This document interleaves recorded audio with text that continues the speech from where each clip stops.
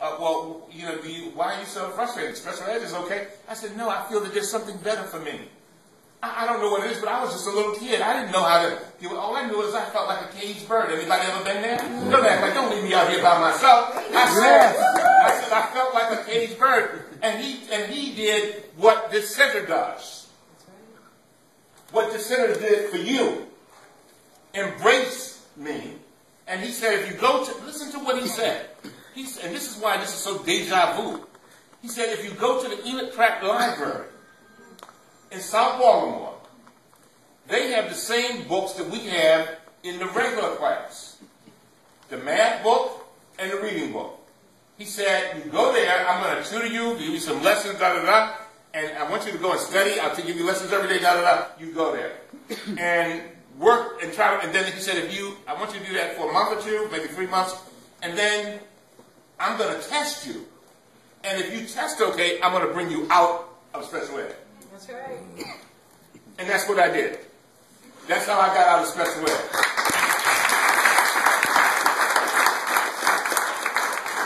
And it was the library. I don't know how much you know about Enoch Pratt, but Enoch Pratt, when he left that money 100 years ago or so, he said that the library must be open to black and white alike.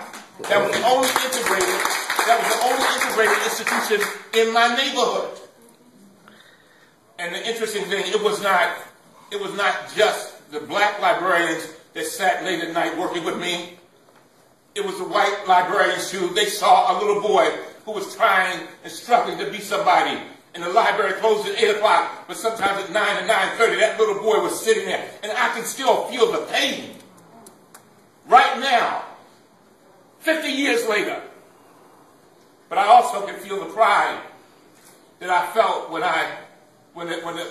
my teacher said, you're in the regular class.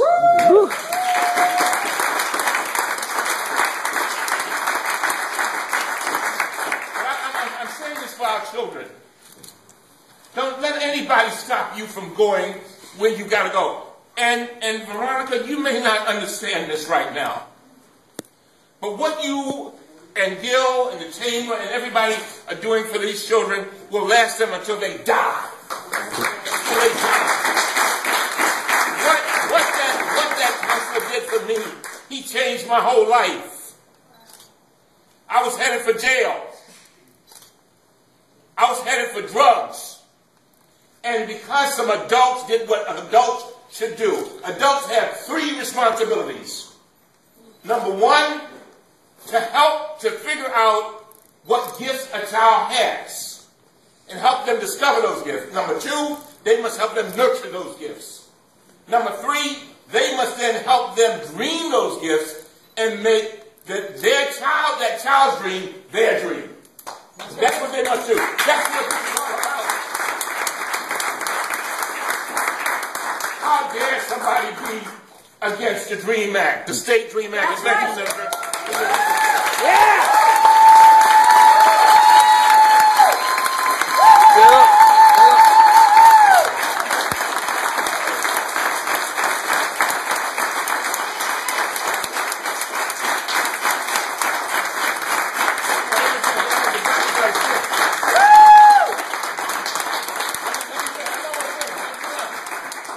How anybody be against snuffing out anybody's future?